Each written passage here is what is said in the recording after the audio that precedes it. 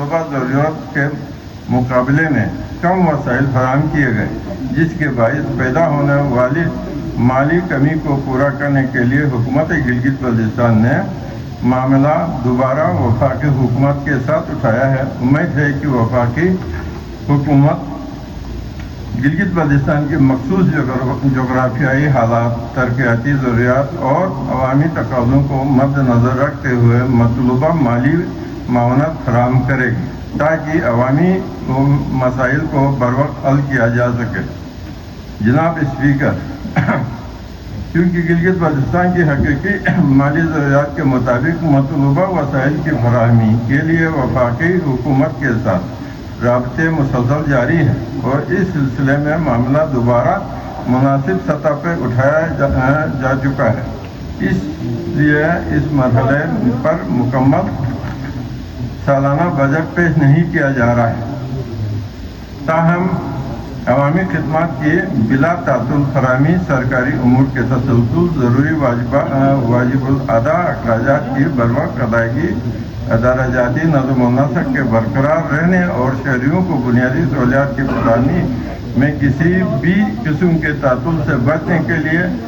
مالی سال 2026-27 کے پہلے 3 ماہ کے لیے سرکاری اخراجات کی تفصیل اس معزز ایوان کے سامنے منظوری کے لیے پیش کی جا رہی ہے۔ مالی سال 2025-26 کے نظرثانی شدہ تخمینوں میں مجموعی مالی وسائل کا حجم 146 ارب 30 کروڑ 31 لاکھ 73,000 روپے رہا، جبکہ مالی سال 2026-27 کے لیے مجموعی وصولیوں اور دستیاب مالی وسائل کا تخمینہ 158 ارب 54 کروڑ 24 لاکھ 23,000 روپے لگایا گیا ہے۔ اس طرح رواں مالی سال کے مالی وسائل میں 12 ارب 23 کروڑ 92 لاکھ 47,000 روپے کا اضافہ متوقع ہے۔ جناب اسپیکر، گلگت بلتستان کے مالی وسائل کا ایک بڑا حصہ وفاقی حکومت کی معاونت پر مشتمل ہے۔ مالی سال 2026-27 کے دوران وفاقی حکومت سے 88 ارب روپے کی غیر ترقیاتی گرانٹ متوقع ہے، جبکہ غیر ٹیکس محصولات کی مد میں 6 ارب 9 کروڑ 80 لاکھ روپے حاصل ہونے کا تخمینہ لگایا گیا ہے۔ وزیر اعظم گرانٹ برائے سیلاب زدہ علاقوں کی بحالی سے 1 ارب 27 کروڑ 57 لاکھ 85,000 روپے، جبکہ گزشتہ مالی سال کی غیر خرچ شدہ رقم کی مد میں 60 کروڑ روپے دستیاب ہوں گے۔ مکمل شدہ وفاقی فنڈڈ منصوبوں کی غیر خرچ شدہ رقم کے 14 کروڑ 3 لاکھ 28,000 روپے بھی رواں مالی سال کے تخمینے کا حصہ بنایا گیا۔ عوام کو طبی سہولیات فراہم کرنے کے لیے ایمبولینسز کی خریداری کے مد میں 10 کروڑ روپے، جبکہ توانائی کی بچت کے لیے ای فنڈز پروگرام کے تحت بھی 10 کروڑ روپے کی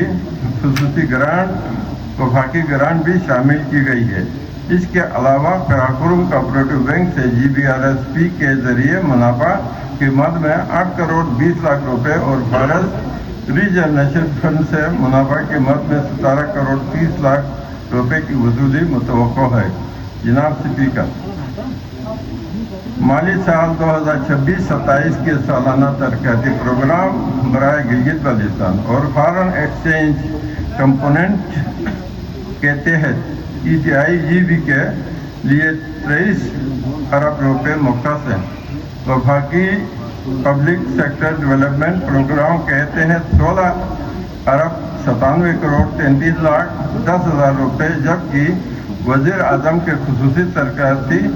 اقدامات کے لیے مزید 4 ارب کی فراہمی بھی متوقع ہے۔ گندم سبسڈی کی مد میں 15 ارب روپے، جبکہ گندم کی فروخت سے موصول ہونے والی آمدنی کا حجم 3 ارب روپے ہے، جن سے عوام کو بنیادی غذائی ضرورت کی فراہمی یقینی بنائی جائے گی۔ تاہم گندم سبسڈی کے مد میں گلگت بلتستان کی طلب کے مقابلے میں نہایت کم رقم فراہم کی گئی ہے۔ اس سلسلے میں